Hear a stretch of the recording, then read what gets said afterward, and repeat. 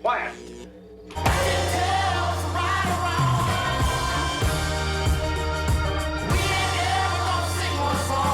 Hello everyone, welcome to session 11 of LTEC 676. Last week we started theme 4, which is focusing on giving voice and disempowering structural inequalities. Of course, we began that theme by talking about the downtown school described in the first chapter of Christo Sims' book, Disruptive Fixation. In that chapter, we learned that the downtown school was founded as a reaction to the problem that we're living in a radically new, interconnected, technologically saturated, and unequal era. And the idea that our inherited educational institutions are woefully out of date. According to Sims, the proposed solution to these problems was to start a radically new kind of school, one with a specialized curriculum designed for today's digital and tech-savvy kids. So what school is Sims talking about? Well, the name of the school is called Quest to Learn, and it's located in New York City. As shown in the picture, Quest to Learn is a public 6 through 12 school with an innovative educational philosophy developed by top educators and game theorists at the Institute of Play. I encourage you all to go to the Quest to Learn website to learn a little bit more about it. The school itself is actually quite fascinating. One of the co-founders was Katie Salen, pictured here in the bottom right. The school, Quest to Learn, leverages game-based learning, which they define as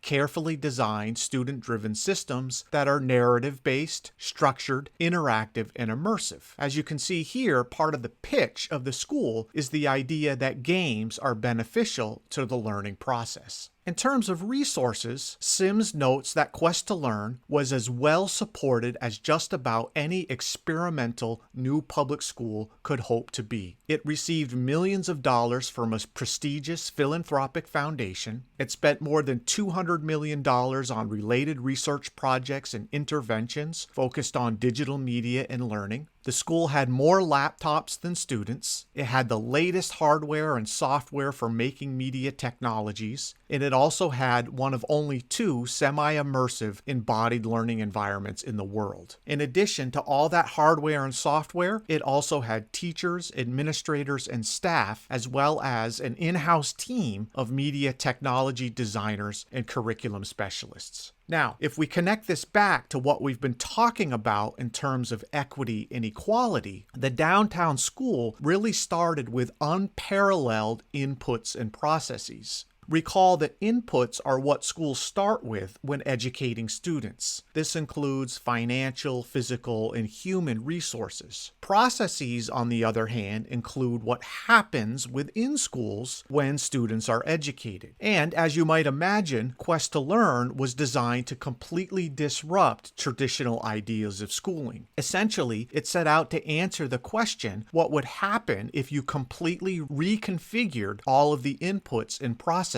of a school? There was a lot of excitement around Quest to Learn when the school first opened. It had incredible publicity. Local, national, and international news organizations produced hopeful stories about the new school. Sims writes, "The downtown school was celebrated as one of the most innovative and promising attempts to redesign schooling in the first decades of the new millennium, one that swept away antiquated educational conventions and replaced them with an innovative and improvisational culture that was more akin to a Silicon Valley startup than a traditional public school." Sims also notes that the downtown school was a centerpiece in an ambitious new philanthropic initiative that aspired to reinvent educational systems for the 21st century. The downtown school was covered by CNN and the New York Times, and I've linked to these articles in their corresponding videos in Canvas, so be sure to check those out. Now, you might be asking yourself, why are we focusing on this? What is the connection of the downtown school to social and ethical issues? Well, the downtown school represents an excellent case study of the intersection of society, education, and technology, which is why Sims, of course, decided to write about it. Importantly, the downtown school offered its cutting-edge educational experience to students from any background. And Sims notes in his book that the new school would equitably and engagingly prepare young people for the increasingly connected and competitive world and job market of the 21st century. Could a school with all the innovation and resources of Quest to Learn eliminate differences in educational opportunity? What would the outputs of a school like Quest to Learn be? Could such an initiative overcome the compounding inequalities noted by Linda Darling Hammond? In other words, is this a story with a happy ending? Sims is pretty clear and upfront that the results of this innovative experiment are actually very, very mixed. He writes on page 3 that long before I stopped my field work in 2012, the downtown school had become much like the schools it had been designed to replace. It was helping to remake many of the problems that it had been designed to remedy. A little later in the chapter, Sims argues that his book is about how genuine frustrations with the status quo and understandable yearnings for social change are converted again and again into seemingly cutting-edge philanthropic interventions that not only fall short of reformers' aspirations, but also help sustain and extend the status quo as well as its problems. Yikes, that doesn't sound like the results people were expecting. Now, by the second chapter, Sims really zooms out from the downtown school to focus on what he calls outsized expectations. He zooms out both in scope and time to focus on society at large, which we've talked about all semester. This is the idea that education is situated inside of society and that technology is also situated inside of society. And we've also talked about the societal ills or problems, the conditions or behaviors that have negative consequences for large numbers of people, such as poverty and inequality, and how these exist under the surface of education and technology. Now, importantly, Sims argues, drawing on earlier work by LTEC and Cuban, that education often becomes a target. He writes repeatedly, Americans have followed a common pattern in devising educational prescriptions for specific social or economic ills, and this recurring tendency to translate social, political, and economic concerns into educational problems and solutions has led to a situation in which public education has been asked to solve many problems that are far beyond its reach. In short, Sims and the researchers he's citing believe education is often expected to solve society's ills, and Sims believes that those problems are actually well beyond the scope of education itself. This is not to say that education is not important or can't improve lives. It's simply to say that the expectations placed on the education system over and over again are unrealistic. In short, because education is a subcomponent of a larger system, it is unlikely that it will be able to adequately address the underlying problems of that larger system. So the question for all of us in this class is to consider this. Do we agree with the idea that public education is tasked with solving problems that are far beyond its reach? And secondly, how does technology fit into this equation? Does technology make it more or less likely for education to achieve its goals and address societal problems? Those are two questions we'll be contemplating in the weeks ahead. Okay, everyone, we're out of time for this week. Have a great week, and I'll see you in Canvas.